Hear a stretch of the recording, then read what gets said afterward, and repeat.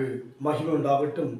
நேற்று நாம் தியானித்த வண்ணமாக அது நான் விரும்புகிறதை செய்து நான் அதை அனுப்பின காரியம் ஆகும்படி வாய்க்கும் என்று சொல்லி ஆண்டவர் நம்மை குறித்து என்ன விரும்பியிருக்கிறாரோ அதை நம்மால் வாய்க்க செய்ய கூடாமல் போனாலும் தேவனால் எல்லாவற்றையும் வாழ்க்கையிலே வாய்க்க செய்ய முடியும்.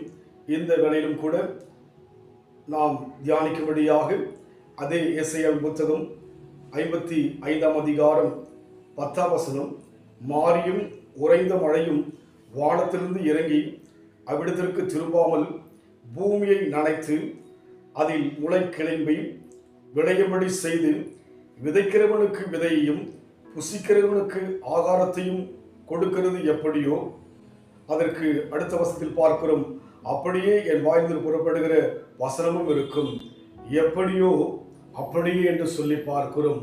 இன்றைக்கு உலகத்தில் இருக்கிற எல்லா மக்களும் தேவனை விலகிக் கொள்ள, புரிந்து கொள்ள, அறிந்து கொள்ள தேவன் விரும்புகிறவராய் இருக்கிறார்.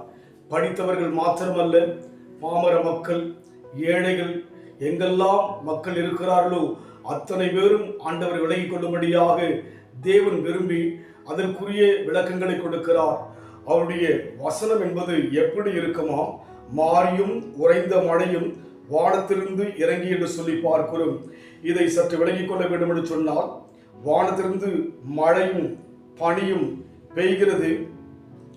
அவை தரையில் தொட்டு குளிர செய்து வரைக்கும் திரும்ப வானத்துக்கு போகாது என்று சொல்லி பார்க்கிறோம். இன்றைக்கு வசனம் என்றால் என்ன, தேவன் என்றால் என்ன என்று சொல்லி யாவரும் அறிந்தே ஆக வேண்டும்.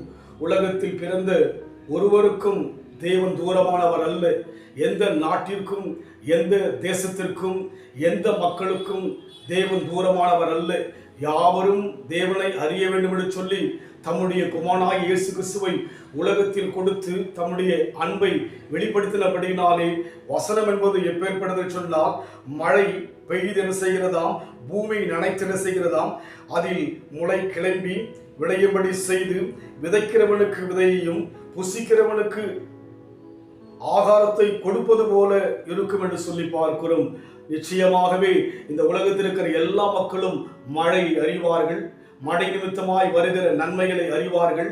உலகத்தில் இருக்கிற யாவருக்கும் உணவை உண்ண வேண்டிய கட்டாயத்தில் இருக்கிறபடினாலே உலகத்தில் உள்ள அத்தனை பேருமே தேவனை அறிய முடியும். அதை தான் அவர் சொல்லுகிறார், எப்படியாக அந்த மழையானது பூமியை நனைத்து மறுபடியும் திரும்பாதபடி என்ன செய்கிறது, விதைக்கிறவனுக்கு விதையை கொடுக்கிறது, புசிக்கிறவனுக்கு ஆகாரத்தை கொடுப்பது போல்தான் என் வசனம் இருக்கும், அது வெறுமையாய் திரும்பாது. அதுபோல ஆண்டவர் நமக்கு என்னவெல்லாம் வார்த்தை கொடுத்திருக்கிறாரோ அது நிச்சயமாய் நடக்கும் என்பதிலே இந்த அருமையான அந்த உதாரணத்தின் மூலமாக, அந்த மழையின் மூலமாக, பூமியின் மூலமாக, விதையின் மூலமாக, ஆகாரத்தின் மூலமாக நமக்கு விவரங்கள் கொடுத்திருக்கிறபடினாலே இந்த உலகத்தில் இருக்கிற எந்த ஒரு மனுஷனும் தேவனை அறியாமல் இருக்க முடியாது. அதனால் நம் வாழ்க்கையிலே அறிந்தபடியினாலே நாம் தேவனை ஆராதிப்பதிலே மிகுந்த கவனத்தோடு இருப்போம். நம் வாழ்க்கையில் ஆண்டவர் என்ன வார்த்தை கொடுத்தாரோ அது வெறுமையாய் அவரிடத்துக்கு திரும்பாதபடிக்கு அவர் உங்களை குறித்து என்ன விரும்பினாரோ, உங்களை குறித்து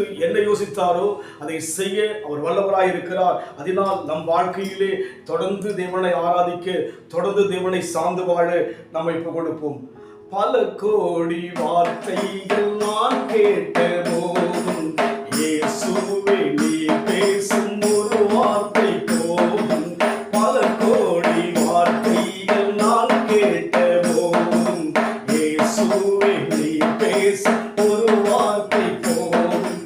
ஓராயிரம் ஜீவன் உயிர் வாழுமே, ஓராயிரம் ஜீவன் உயிர் வாழுமே, உம் வார்த்தையில் உண்டு அற்புதமே, உம் வார்த்தையில் உண்டு அற்புதமே, நீரின்றி வாழ்வேது இறைவா, உன் நினைவின்றி மகிழ்வேது தேவா. உலகம் உம்மை விலகிக் கொள்ள, உலகத்தில் பிறந்த யாவரும், பிறக்கப் போகிற யாவரும் அறிந்து கொள்ளும்படியாக நீர் உலகத்தில் விரும்பி வந்தீர் ஐயா. அதற்காக உமக்கு நன்றி செலுத்துகிறோம். உலகத்தில் இருக்கின்ற எங்களுக்கு முன் வாழ்ந்தவர்களுக்கும் இன்றைக்கு வாழுகிற நாங்களும் எங்களுக்கு பின்னால் பிறக்கப் போகிற சந்ததிகளும் கூட அறிய வேண்டும் என்று அங்கலாய்ப்பினால் கர்த்தாவே வேதத்தில் ஆண்டவரே எவ்வளவு விளக்கங்கள் கொடுத்திருக்கிறீர். அதற்காக நன்றி செலுத்துகிறோம். உம்முடைய வார்த்தை வெறுமையாய் இடத்திலே திரும்பாதபடிக்கு நீர் விரும்பினது என்னவோ அது ஆண்டவரே செய்யும்படியாக நீர் ஆண்டவரே எங்கள் வாழ்க்கையிலே அற்புதம் செய்ய, அதிசயம் செய்ய நீர் வசனங்களை அனுப்பியிருப்பதற்காய் சோத்திர ஐயா. தேவனையும் கர்த்தர் ஒப்புக் கொடுக்கிற ஐயா. உம்மை அறிவதே எங்கள் வாழ்க்கையிலே சிறந்தது கர்த்தாவே. அந்த ஒரு கிருபை கொடுத்தபடினால் சோத்திர ஐயா. உலகத்தில் இருக்கிற எல்லாரும் விலகிக் கொள்ளவே நீர் ஆண்டவரை வாஞ்சிக்கிறார் ஐயா. ஒரு கூட்ட மக்களை சந்திக்கபடியாக நீர் எங்கள் தேசத்தில் கரிசனையாய் இருப்பதற்காய் சோத்திரம் ஆண்டவரே. சந்திப்பீராக. ஒருவரும் கெட்டு போவது தெய்வ சித்தம் அல்ல கர்த்தாவே. தேவனே உலகத்துக்கு ரட்சகர் நீராய் இருப்பதற்காக நன்றி செலுத்துகிறோம் ஐயா. உலகத்தில் இருக்கிற ஒவ்வொருவரும் அறியவே நீர் ஆண்டவரே விரும்புவதற்காக நன்றி செலுத்துகிறோம் ஐயா. உங்கள் விருப்பத்தை எங்கள் வாழ்க்கையிலே எந்த விதத்திலாவது செய்யும்படியாக எங்களுக்கு அந்த கிருபை வரங்களை வல்லமைகளை கர்த்தர் கொடுக்கும்படியாக கர்த்தர் ஒப்புக் கொடுக்கிற ஐயா. பொறுப்படுத்திக் கொள்ளுங்க இயேசுவின் நாமத்தில் பிதாவே, ஆமென். கர்த்தர் ஆசீர்வதிப்பாராக. God bless you.